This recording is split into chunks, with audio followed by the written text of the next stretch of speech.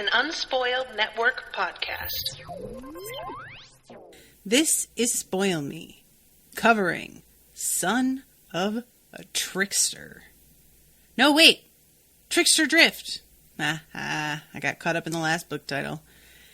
Chapters 6, 7, 8, 9, and 10.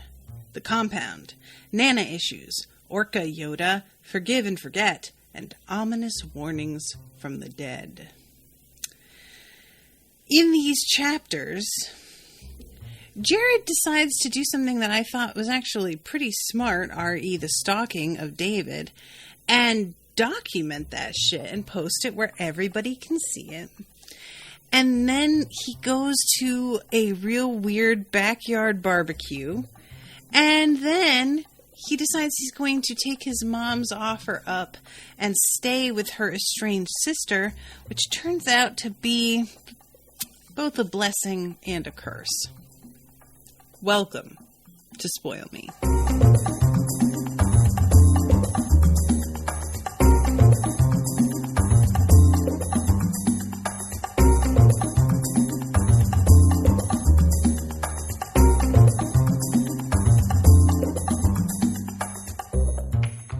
Welcome to the show, everybody. I am Natasha. So, yeah, these chapters are super packed.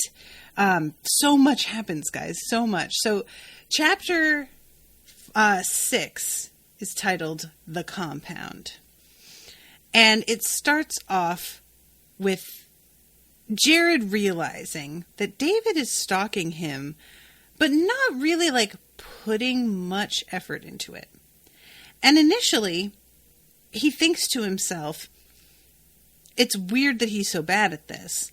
And then he's like, maybe it's part of him fucking with me, and he wants me to know that he's free to torment me like this, and that he knows I'm not going to do shit all about it. Which is weird, because as soon as Jared does anything, David basically gets super angry and acts like he never knew Facebook existed. And this is one of those things that it could be a setup that David is trying to get Jared to do something that will allow him to take action against him, because he claims that he's going to get a lawyer involved and talk about libel. Which I would love to meet the lawyer that would take David up on this after he already had a restraining order against him.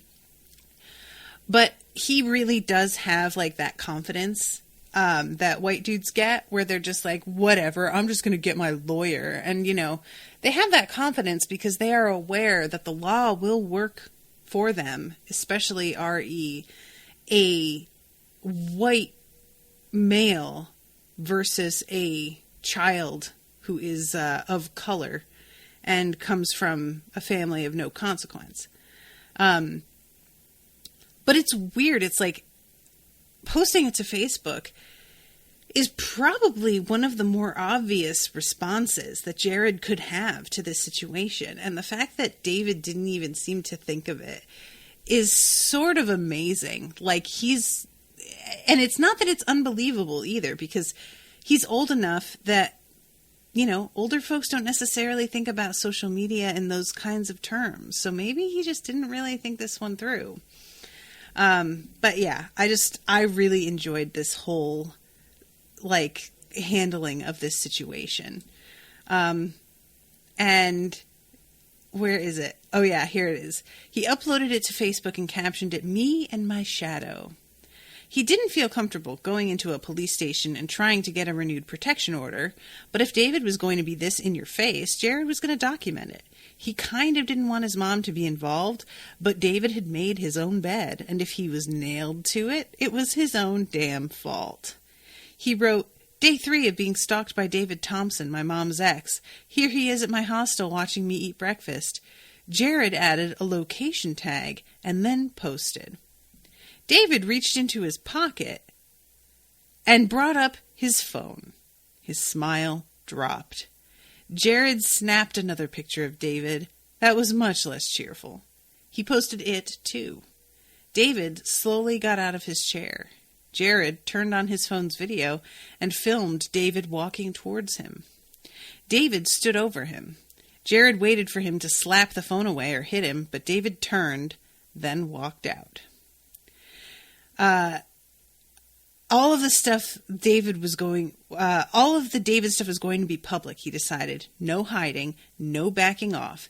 The truth and nothing but the truth, no matter how humiliating. He tried to upload the video, but got the swirly of death. When everyone in the hostel was on their phone, the Wi-Fi speed was rotten. He'd have to find a coffee shop later. So later, Jared sees him idling in his car outside of this other spot, and Jared takes a photo of his license plate. The whole thing is, I think, really smart. Taking a photo of his license plate, especially, is one of those things that I wish that we all would get in the habit of doing in these sorts of instances, but we rarely have the clear thinking to handle things that way in the moment. But yeah, I really have to applaud his presence of mind here. So this leads to Georgina Smith, who is ringing him and going to voicemail and leaving these weird voice messages where he's like, why can't I hear him? Those of you who don't remember, Georgina Smith is the old lady that had the monster under her skin. And who told him that she was Wieget's sister and that she was basically his family. And the way that she does this all is really I enjoy it because it has the vibe of somebody who does not interact with humans often. And so she doesn't seem to realize how aggressive and sort of inappropriate a lot of this is. Let's see. He regretted posting now. The fleeting satisfaction was so not worth it. Which I totally disagree with. Sure, Georgina is weird and threatening, but she's never done anything to him other than talk with him. So, let's see, where is it? Oh, here it is. But Georgina hadn't hijacked him in a long while, and he couldn't imagine her on Facebook. Maybe it was a coincidence that she'd called when she had. Curious, he dialed his voicemail. Jared, I can hear you. You're somewhere close. Call me back when you've got this recording and let me know you're alive. And she doesn't know how to leave the voicemail. She doesn't know how to hang up. The whole thing is so funny. I'm trying to find the exact... Yeah, here it is. His nerves jangled when he thought of her, loud, like a smoke alarm going off. Bad juju, his mom would say.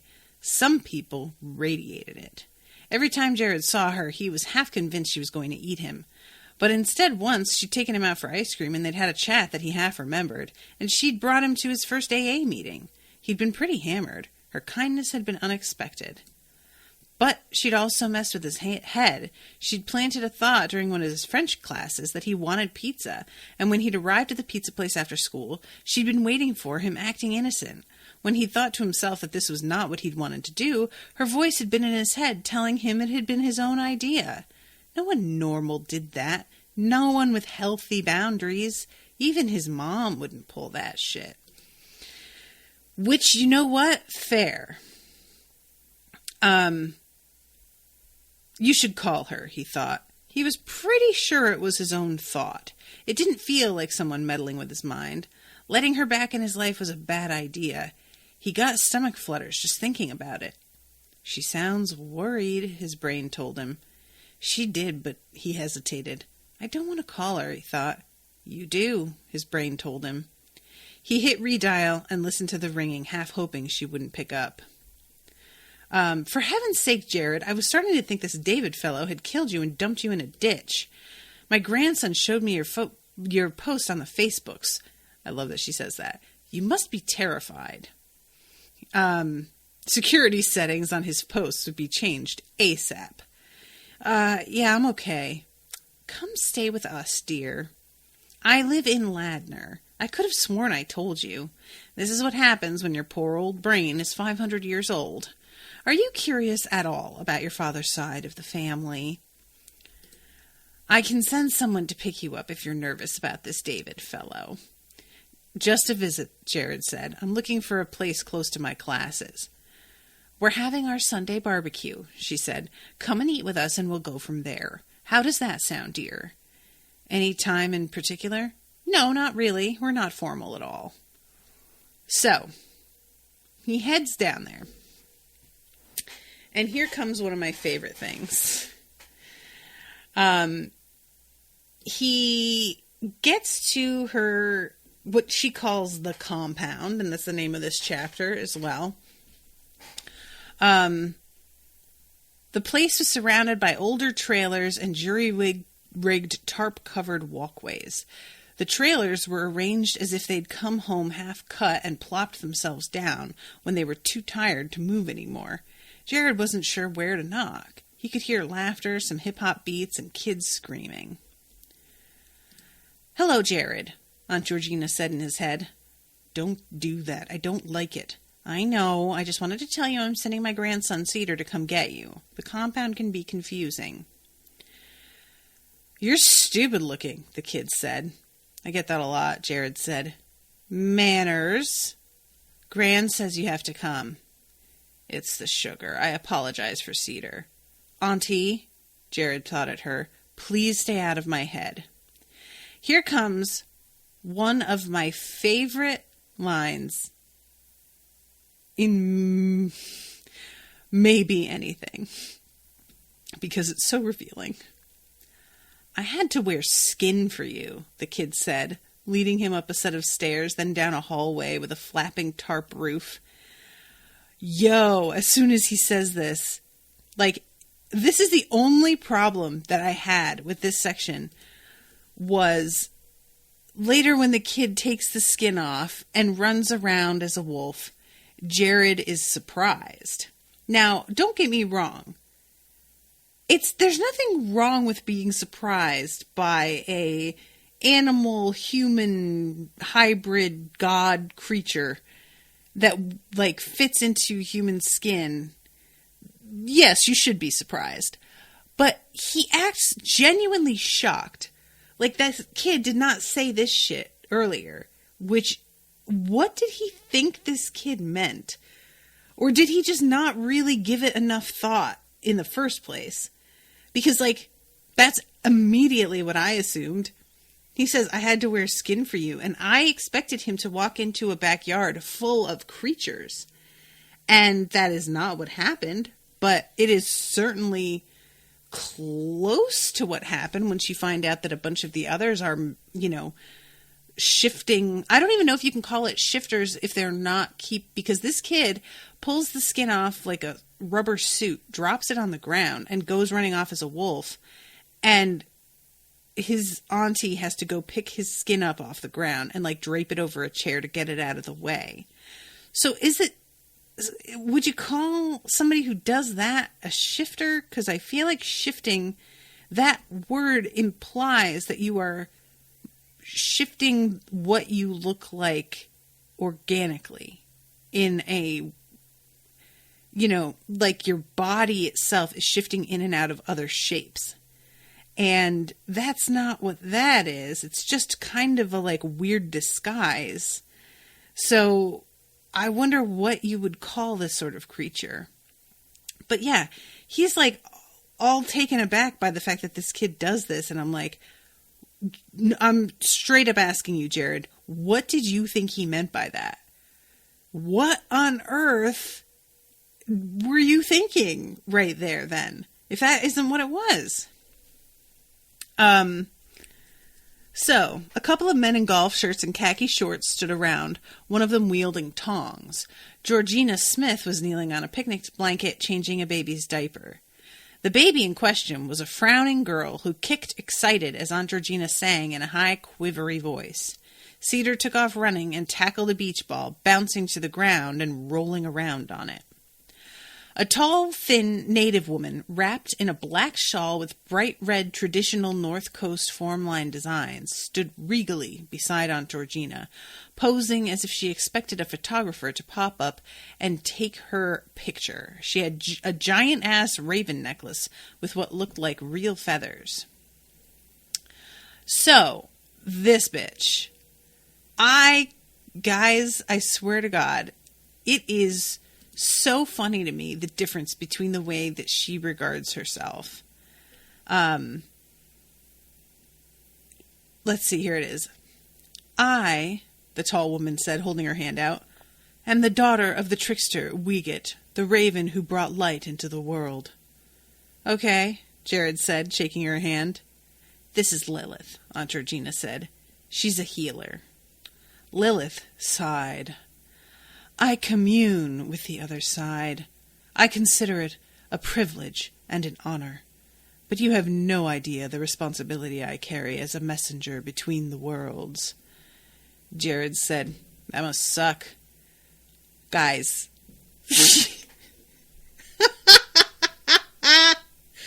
Oh my God.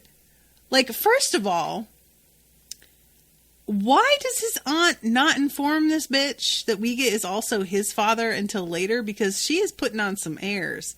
And I don't know that she would necessarily be handling it this way if she knew that her and Jared shared a father. I feel like maybe that might put her in her place a little bit more, because this bitch clearly has an overinflated sense of self-importance. Like, goddamn. Am I wrong? I could not. This moment cracked me the fuck up. She is so self-serious. You have no idea the responsibility. Get the fuck out of here. Oh my God. So, the blood of gods runs in your veins, Lilith said. Material goods are meaningless in the face of your existential burdens. Because she says this to Bob, who says, oh yeah, I'm one of Wiget's kids too. I just want to know if I can get a status card. Is Wiget native? Does he belong to a registered band? Who do I have to blow to get a status card? I got a fleet of trucks, and getting a break on the taxes would be very meaningful. Oh, God. Jared is also one of my brother's children. He's your half-brother. Lilith and Bob studied him. The silence stretched a little too long to make their half-hearted head nods seem anything but extremely reluctant acknowledgement. They were the kind of people he found when he went on the Children of Trickster support group website. He checked it out a couple of times, but found the chat rooms both dull and intense, like listening to Richie grind on about football, or Sarah lecture him about the real corporate agenda. Jared didn't think being the spawn of some shape-shifting horn dog made anyone special, but his opinion seemed to be the minority. So that's interesting. I like this question, because the answer to it reveals a lot about their priorities as people. And I have to be perfectly candid here.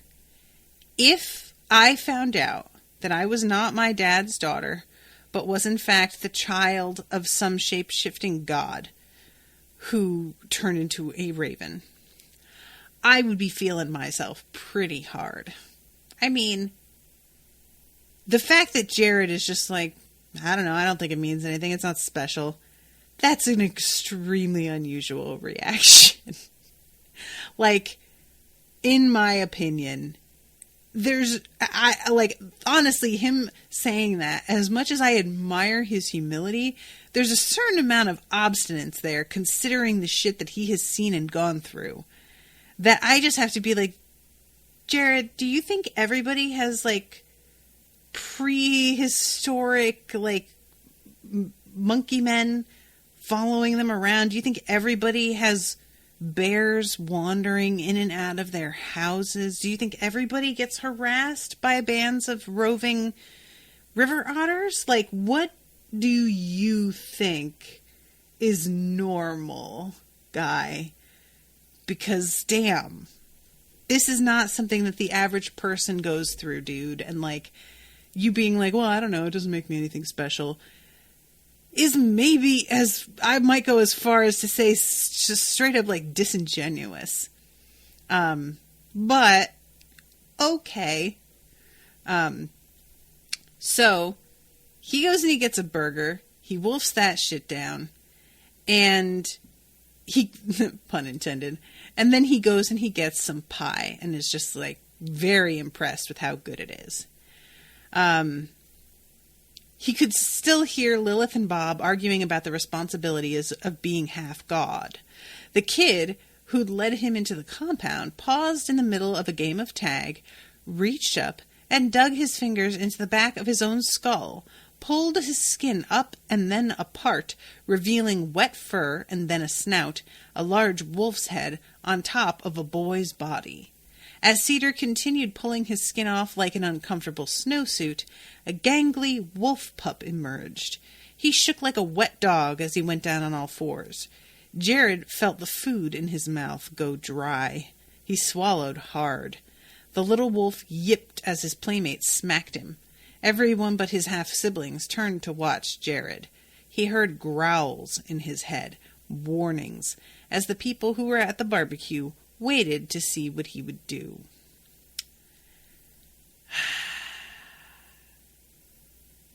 Okay, listen. Jared stood up, dropping his plate. The river otters that tortured you were deranged with grief, Aunt Georgina said. You can't use them as a yardstick for all animals. It's not fair. Had he told her about the otters? He must have. He couldn't remember, what with his adrenaline rising.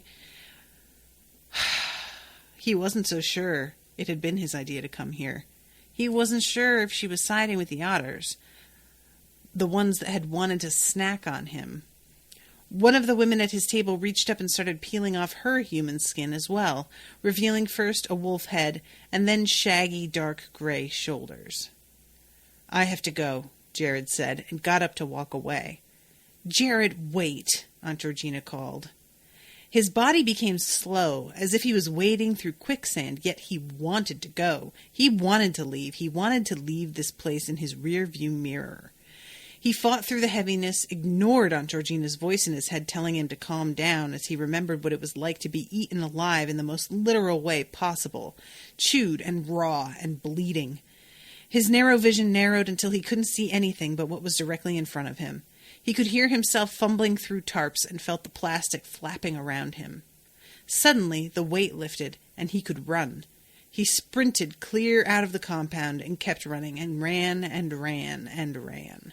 He wasn't sure where he was going, only that he could hear someone pacing him, and he looked down and found Cedar loping beside him, tongue lolling out.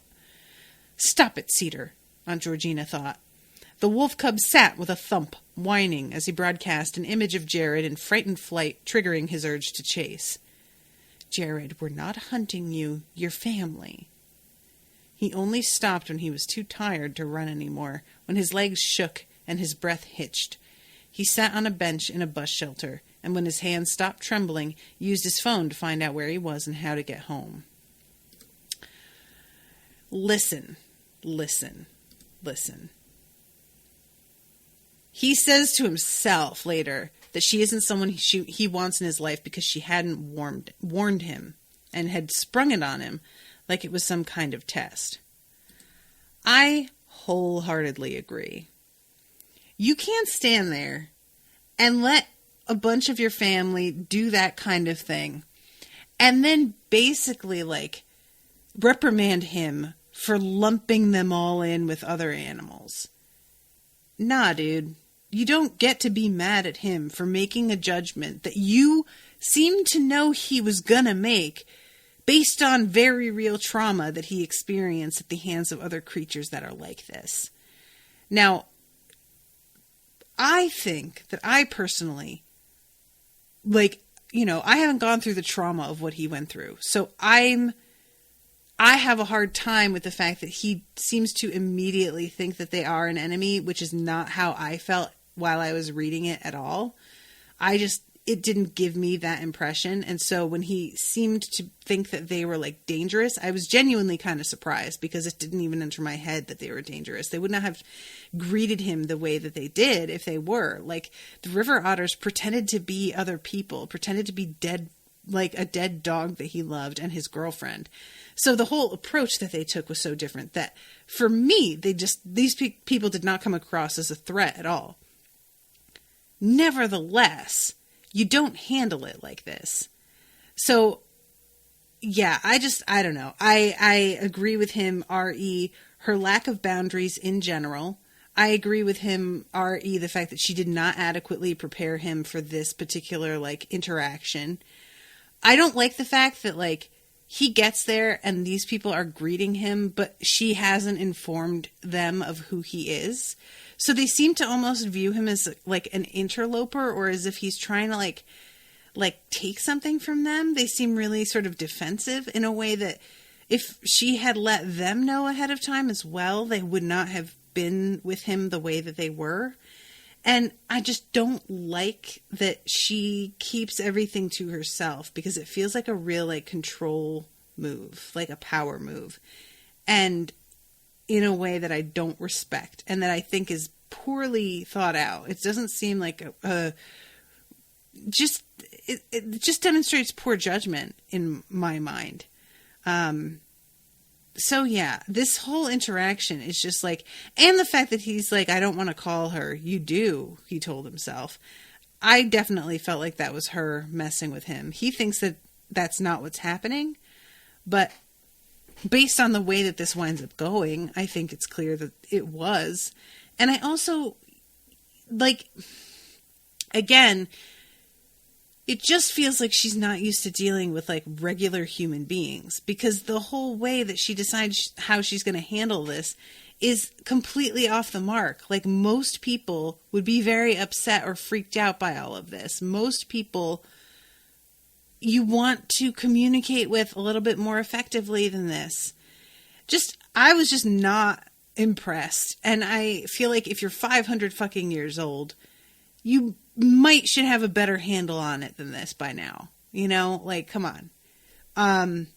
So yeah, she says something about him coming to stay with her before he comes and visits.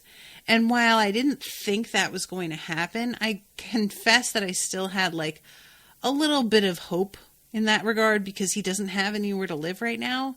So I was kind of like, well, you know, it's not ideal, but it's better than nothing. And it would be pretty cool if he lived with somebody who's like a supernatural being and could give him a little bit more, what's the word I want?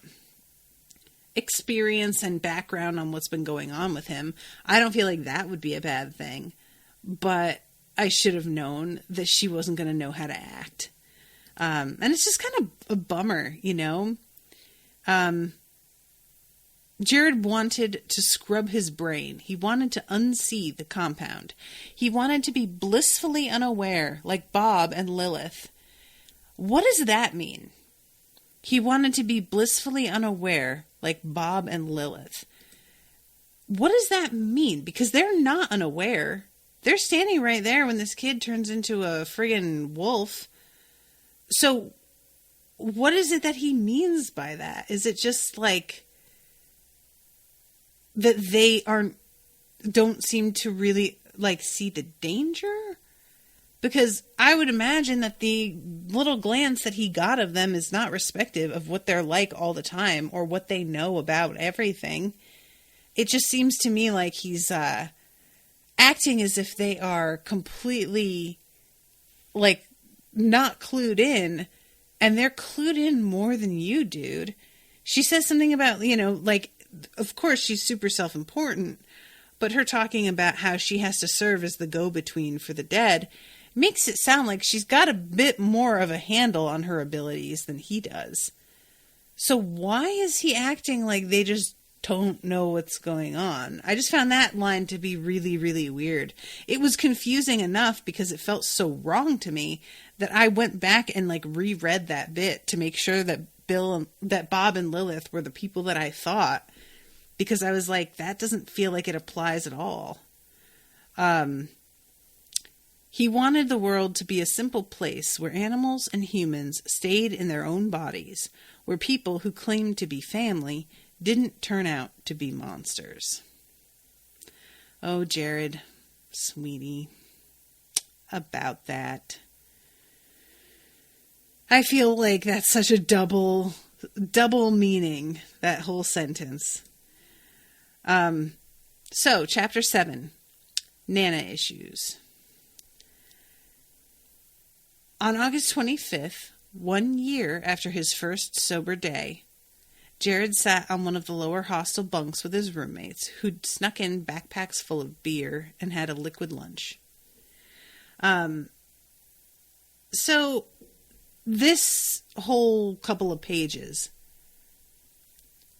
deals with Jared's struggle to continue to be sober. And this is a really, I feel like people who have never struggled with addiction don't really understand that you're never done recovering. It's never like, okay, I've arrived and now I suddenly am never tempted at all. And people will say, I don't find that I really want to drink anymore. But the thing about addiction is that you don't necessarily drink because you want to. You drink because there is something in you that is compelling you to somehow. And it will feel like a whole other person. And I know a lot of folks who are mystified by the idea of going a whole year sober and then suddenly ruining that by drinking again. But the thing is that when you have an addictive personality, you can lie to yourself a lot about what is normal and about what you can handle, because you tell yourself, oh, I've gone a whole year. Obviously, I can stop whenever I want. So screw this. I don't really need to be just sober. I can just have a little bit here and there. And that is exactly how that shit starts to fall apart.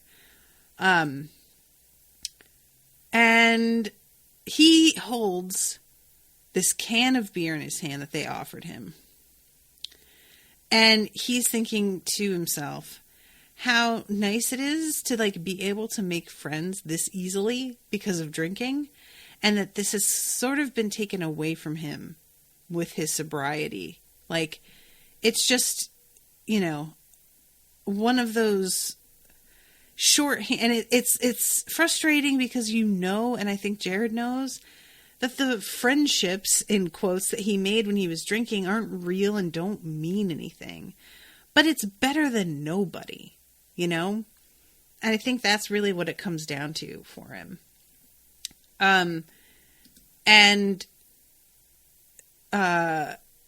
Let's see. Why was he doing this to himself? Who was he kidding? Sober Jared was a loser. A friendless, lonely sad sack whom his bunkmates pitied and tried to include in their woozy hops of the bars. He'd spent the morning under his blanket, 3 days left in his hostel reservation, and then probably a homeless shelter if he didn't get his shit together.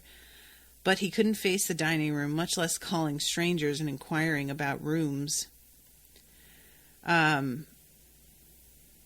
So, the first step in healing is getting thoroughly hammered.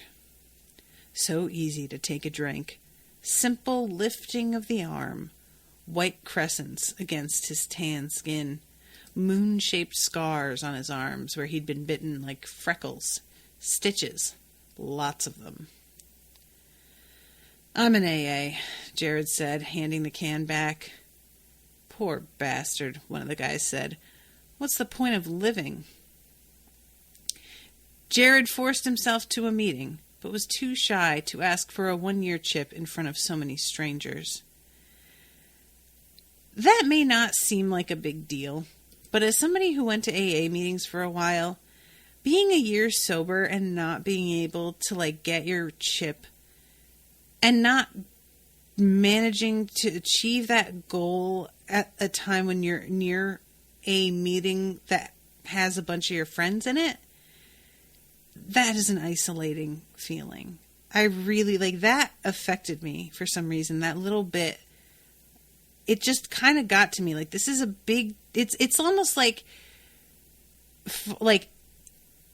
your family is gone. Gone. dead and your birthday rolls around and there's not a soul who cares, who knows even. I just felt really bad for him that he's like trying so hard and nobody seems to get it at all, you know? It's just, he's just so alone. So he goes back to the hostel and there in the lobby is Nana Sophia. But he realizes that he has to stop calling her Nana Sophia because she's not really his grandma. Her hair cut short, finger waved like a flapper, no longer dyed black and permed, but silver white with a sparkling barrette holding her deep side part in place. She wore a white suit and a silver shirt with a plunging neckline. She didn't smile when their eyes met. She simply waited, ankles crossed demurely as she sat on the lobby sofa.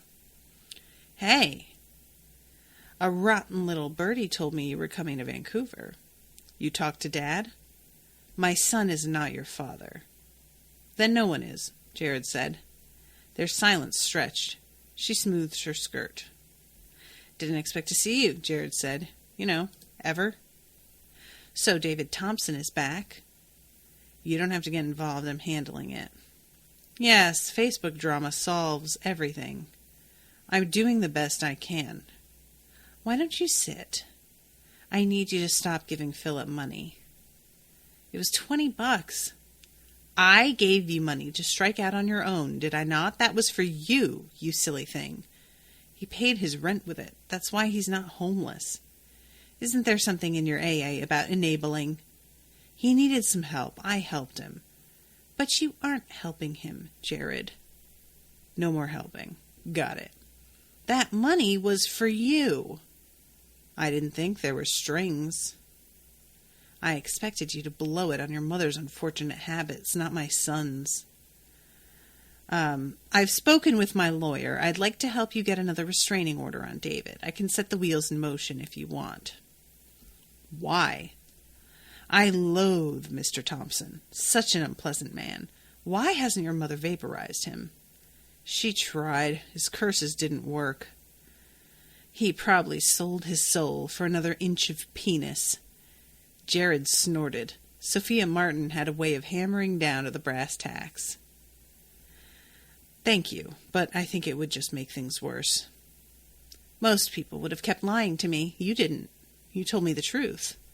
I have 3 granddaughters your age. One of them would be happy to marry you if I bribed them with a fat trust fund. We could be family, if you're amenable. I missed you too, but maybe we should start with coffee. With me or my granddaughters? You, Jared said. We're not related, you know. So, you're trying to give your mother a heart attack. She'd be your mother-in-law. Now, there's a particularly daunting version of perdition. You'll have to dump what's-his-face, Jared said. We have a prenup, she said. I want the island. Our love is all the island you'll ever need. She laughed again, eyes sparkling. But then silence fell, and caution came back, a hesitation, an awkward pause, and they continued to sit apart, close but not touching. Oof, guys. She knows how to, write a fucking scene, you know? So in the end, he declines her help, and while I do get it, I'm not even saying it was a bad decision. I wish Jared did not have this streak in him. Accept help sometimes, Jared. Yes, you might be owing her later. So, then owe her. At least she's not supernatural. She is, but she's not a god. I don't know. Maybe she is. I don't know how this works. But I just really want him to, take help. And seeing him turn away somebody with so many resources is just a bummer. So he is texting with Sarah, and she tells him that she is at a facility to deal with her self-harming problems. And he's actually a little bit startled at the fact that they are able to chat the way that they are now, because there was a whole year of not even speaking. But the fact that they are able to communicate like this now and so casually is kind of a hopeful sign in his eyes. I'm not sure I agree. I like Sarah in a lot of ways, but I do think mostly she's bad news for somebody like Jared. He's so codependent, and she has such instability that I feel like the two of them would wind up feeding into each other's worst impulses. And also, I just feel like he needs to stay away from anybody who has potential powers. The fact that she's a witch, I'm like, just don't. Dude, go find somebody normal that won't pose a threat to you somehow, And then his mother texts him and tells him that she has tried to find David, and he's gone to ground and she can't find him. He tries to tell her that he'll take care of it himself, that she doesn't need to get involved, and she's just kind of yeah, whatever, shut up. And then she kind of apologizes for the fact that she drove him away. Jared says, "You didn't drive me away," but she did, dude, and I wish you'd just let her take responsibility instead of constantly excusing her for everything. And this is a real instinct that we have with our parents, is they'll do something that's hurtful to us, and a lot of the time we search for a reason why that was fine for them to do. And it's like clockwork. It would be funny if it weren't so sad how completely on schedule this sort of behavior is. It's just really true. But yeah, he then tells her well, you didn't drive me away. It's just that I went to college. And I'm like, yeah, you accelerated your studies in part, and don't lie, to get away from her. So, he wants to tell her about what went on with Georgina, but he keeps it to himself because he feels like they've been on silent terms for such a while that the first time that they've started to speak again in so long, he doesn't want to bring that shit up.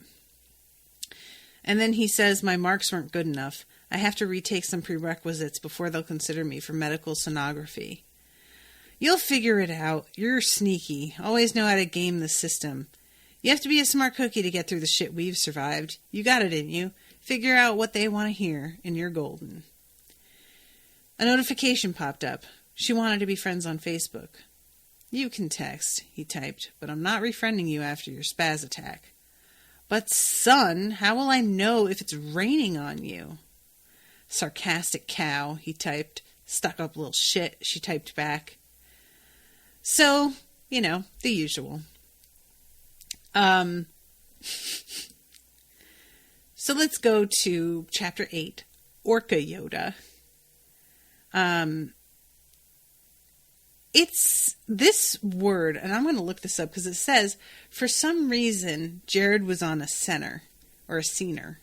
I'm not even sure how you pronounce that, but I'm going to look up what that means. Scener. Scene fishing, is that how you say it? Zena. That's the German pronunciation. Four more, it means it's in English. It's a German word. Center boat. Let's see if that's a thing. Seine fishing is a method of fishing that employs a fishing net called a seine that hangs vertically in the water with its bottom edge held down by weights and its top edge buoyed by floats. Seine nets can be deployed from the shore as a beach seine or... Oh, okay. Interesting. Okay. So he's on that kind of boat. Weird. And And he has a meeting here with Auntie Georgina. And he tries to tell her that she doesn't need to stay. And she's like, you're the one who brought me here. I didn't, She says, I was having a different dream with where I was picking apples. I'm sorry I didn't tell you I was married to a coy wolf. I didn't think you could see supernatural beings. You've mostly been blind to them unless they're eating you. A coy what? Never mind. I don't want to know.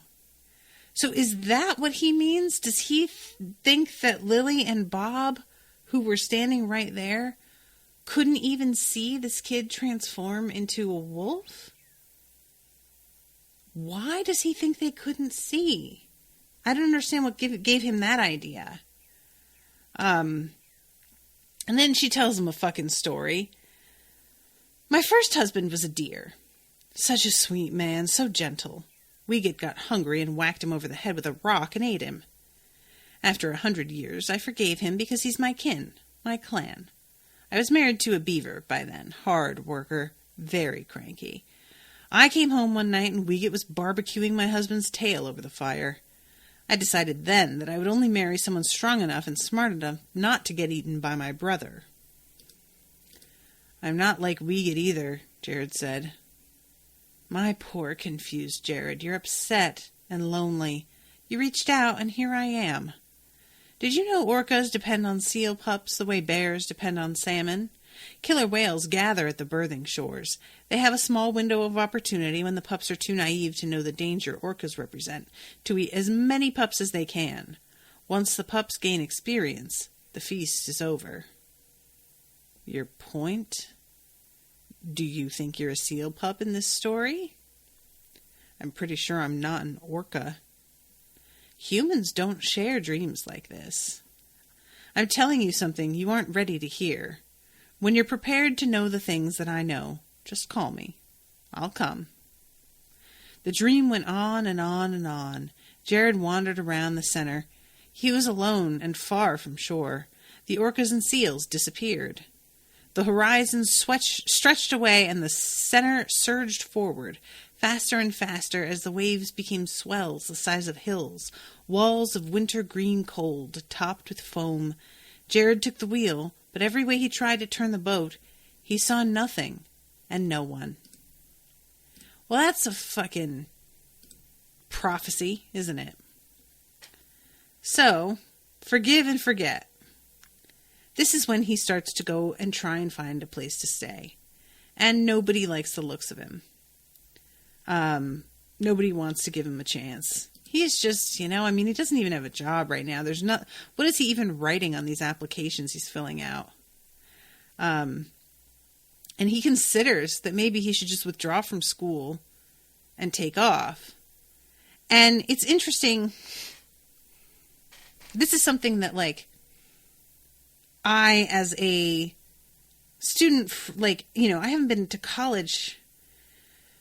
It's going to be 17 years now. I don't know how he's enrolled but not accepted to a certain program. I know that that's a thing, but I just don't know exactly how that works and how he proves that he has gotten the grades that he needs. But yeah, the fact that he didn't get accepted to that program, he's thinking about just dropping out completely. And he decides that he's not going to do that and that he's going to take his mother up on staying with Maeve. And he thinks to himself that she is going to seem normal. And then as time goes on, he's going to realize that she is eating monkey brains with a spoon or something. And is just planning on staying for a couple of days. His mom held grudges like her life depended on it. What kind of person tried to take another person's kid? How did you get past that? His childhood had been messed up, but hers must have been catastrophic. How did you grow up with someone who'd been experimented on? How did you walk away from that as a normal person? He hadn't even known Mavis existed until last year, when Richie had let it slip that Jared had an aunt.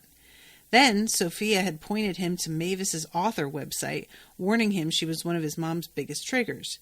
He had no idea why his mom had decided to stop grinding that particular axe. Maybe if he met Mavis, missing pieces of a mom puzzle would fall into place. Maybe Mavis had answers. So he texts her, and he's thinking about maybe he could, stay over. And she is, immediately texts back, because he texts her and it's pretty late, and he thinks that he's just going to hear from her in the morning. And instead, her instantaneous reply is like, I'm on my way. And he immediately has to be like, wait. Hold on. Can it be tomorrow? Is that cool? And he even offers to take a bus. And she's like, shut up. I'm going to come get you. And I liked that. That made me feel reassured. He checks out, and the girl who works at the front desk of the hostel, Brianna, puts her number on his bill when he leaves. And I like the fact that he's considering that maybe he should go and talk to her when his aunt rolls in. A short-haired woman with a bunch of metallic helium balloons walked into the lobby. His aunt. She was tanned. She wore a bright blue dress and shiny brown heels. Her neck dripped with turquoise beads. So she's got a bunch of balloons, and tells him that she got one for each birthday that she missed. And she's sobbing, crying as she does this, and ties them around his wrist and takes a picture. Brianna takes a picture. And the whole thing is just super embarrassing and awkward and over the top. And this whole thing is so weird. I really like that this author gets across that you can be mostly normal and still be incredibly strange and irritating. So she's got this Volkswagen that's done up to look like a ladybug. I don't know how many of you guys have seen these, but I have. And it's one of those things that I simultaneously find really whimsical and also really basic. And I'm undecided on whether or not I'm jealous of people who have cars like this, or if I find it insufferable. I can't tell. I couldn't, it depends on my mood that day. And they're driving, and she is really weaving in and out of cars. She is just kind of scary, the way that she drives. They turned left on a yellow light that flipped to red when they were halfway through the intersection.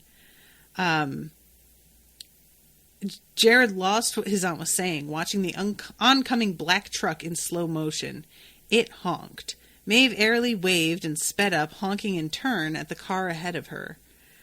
And he's starting to sweat as he gets more and more nervous about this whole thing. So your mom tells me you want to get into diagnostic medical sonography. And she asks if that's his passion. And he says it'll pay the bills. And she says, I'm just saying that before you commit a whole bunch of time and energy to something that isn't going to make you happy, maybe you should have a little rethink, Jelly Bean. He thought that nickname had died with his parents' marriage. Yeah, it's always weird when you're around somebody who's family, but not quite close enough. And they have those sorts of that insider knowledge about nicknames and that kind of shit, but not enough knowledge to deploy the use of them in the correct way. And I have correct in quotation marks. So I loved that little moment of him just being that's weird. I haven't been called that in a while. And you can tell that he feels almost protective of it. That's not something that she's supposed to say to him. And she or she is just blurting it out like she's his parent. And there's a bit of him, I feel, that isn't I don't like this. So they stop and it's just so, guys. Okay. This will just take a sec. Is this a legal turn?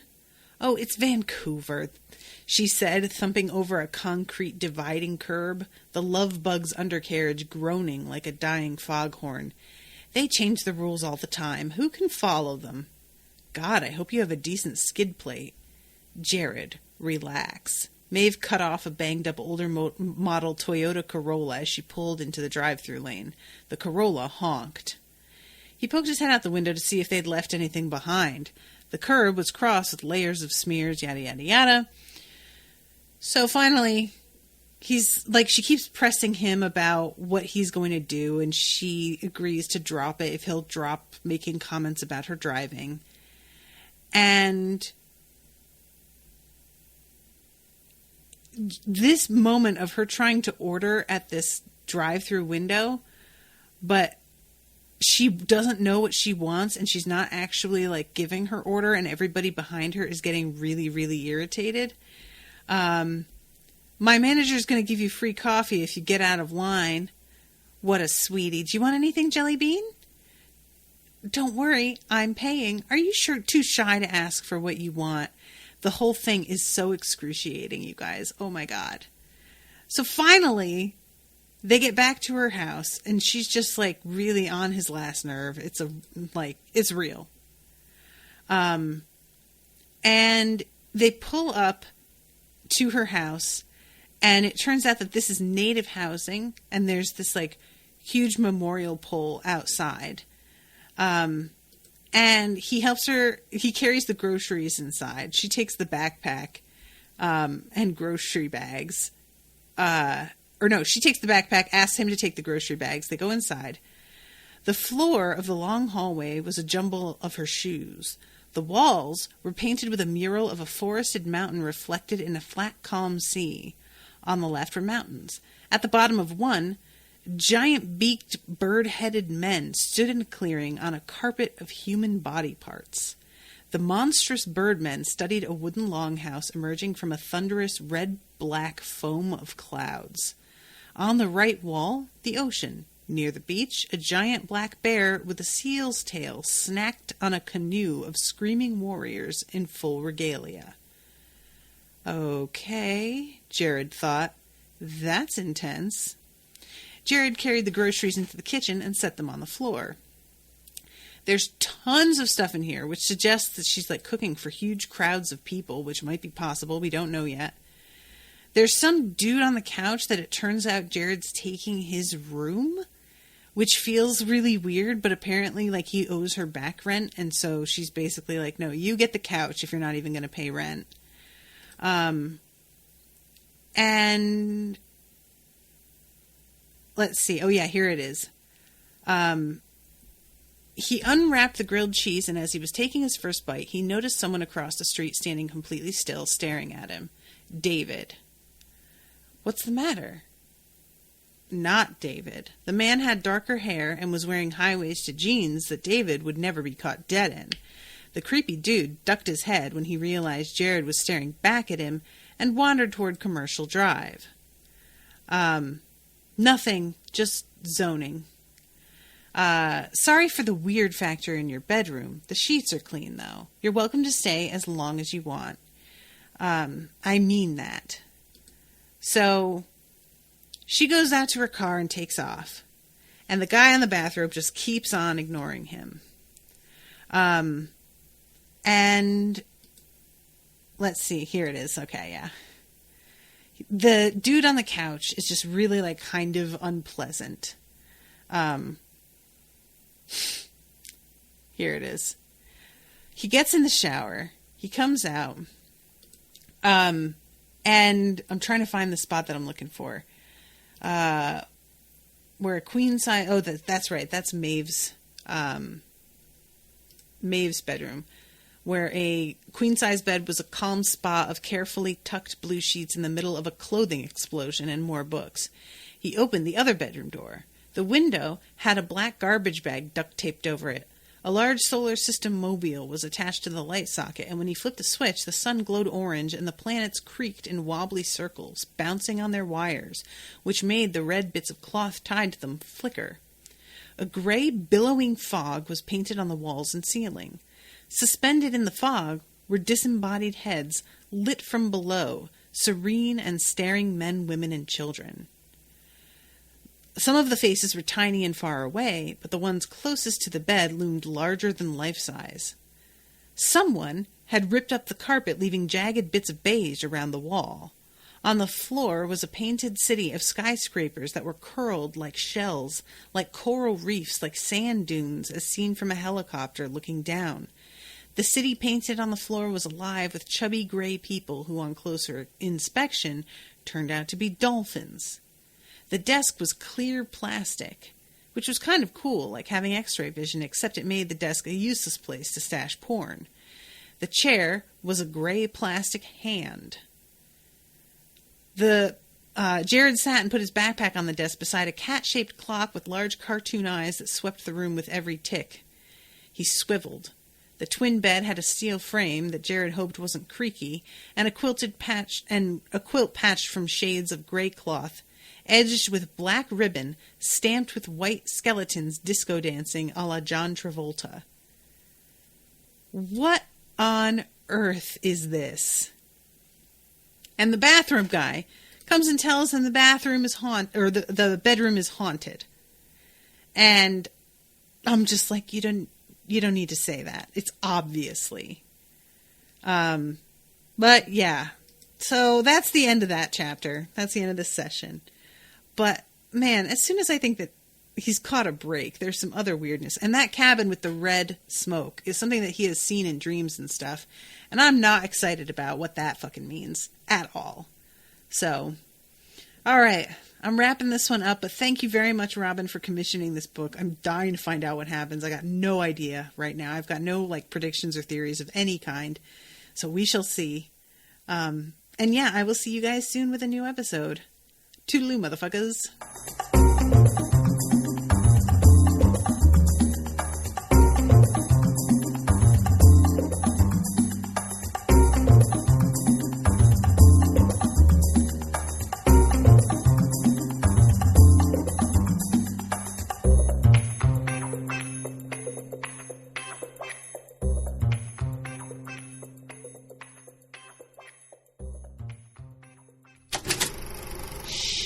That was an Unspoiled Network podcast.